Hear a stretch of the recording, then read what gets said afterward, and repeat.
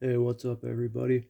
We got another geology book today, A Brief History of Earth, 4 Billion Years and 8 Chapters by Andrew Knoll. So, Andrew Knoll is a Harvard professor of geology with all kinds of medals and awards in geology and paleontology.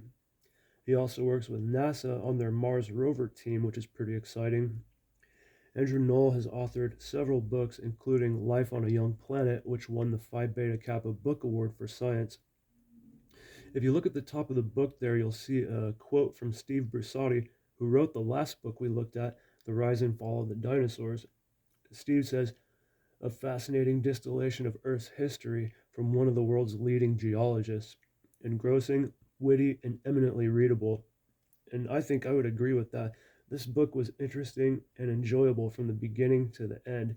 And this author came up with some pretty neat passages regarding the raising and eroding of mountains. Knoll says, the earth writes history with one hand and erases it with the other. I thought that was pretty clever. The book teaches you about some basic geological concepts like convection currents, plate tectonics, and earthquakes.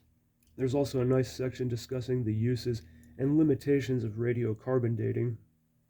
The book uses some famous and important geological locations around the world to teach the reader about the time periods that these places show us, and to me, this was some of the most fascinating material in the book, like the Gubbio layer in Italy, showing the boundary between the Mesozoic and Cenozoic eras, which shows how the dinosaurs were killed. It's really something to read about how these different geological strata can tell such a story, especially in the areas surrounding the great extinction events in Earth's history. And this book covers quite a few of these important sites. There's also some really cool biology theory on the coming together of different kinds of cells, like the birth of eukaryotic cells and chloroplasts originating from cyanobacteria that were engulfed by protozoans and basically reduced to metabolic slavery. For being less than 300 pages, Knoll really managed to write a very informative book.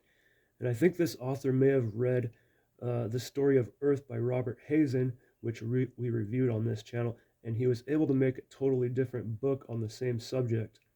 Take the first appearance of soil, some of the transitional creatures like Tiktaalik, who shows the transition from ocean to land-dwelling vertebrates in the late Devonian, or Archaeopteryx, who shows the transition between birds and reptiles. Andrew Knoll really did a very good job of finding different things to write about, although that didn't quite become apparent until about the second half of the book.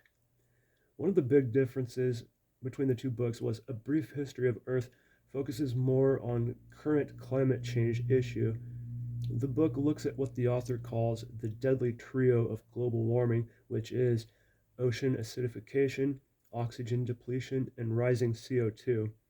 It notes that when we see these three things happening together, it usually accompanies dramatic change. And don't quote me, but I think he said that we're seeing those three things today. But where the story of Earth kind of leaves you with more of a downer feeling with the current changes happening in our world, A Brief History of Earth is more like a call to educate ourselves and make better informed choices that involve our home world. If the story of Earth says the planet doesn't need saving, it's been through worse than us, Brief History of Earth says this is our only home, so we'd better do what we can to keep it hospitable. Both of these books are really very enjoyable.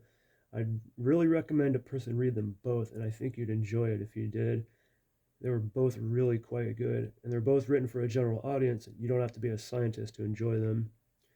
Okay, that's it for this one, guys. Thanks for watching the video. I hope you enjoyed it.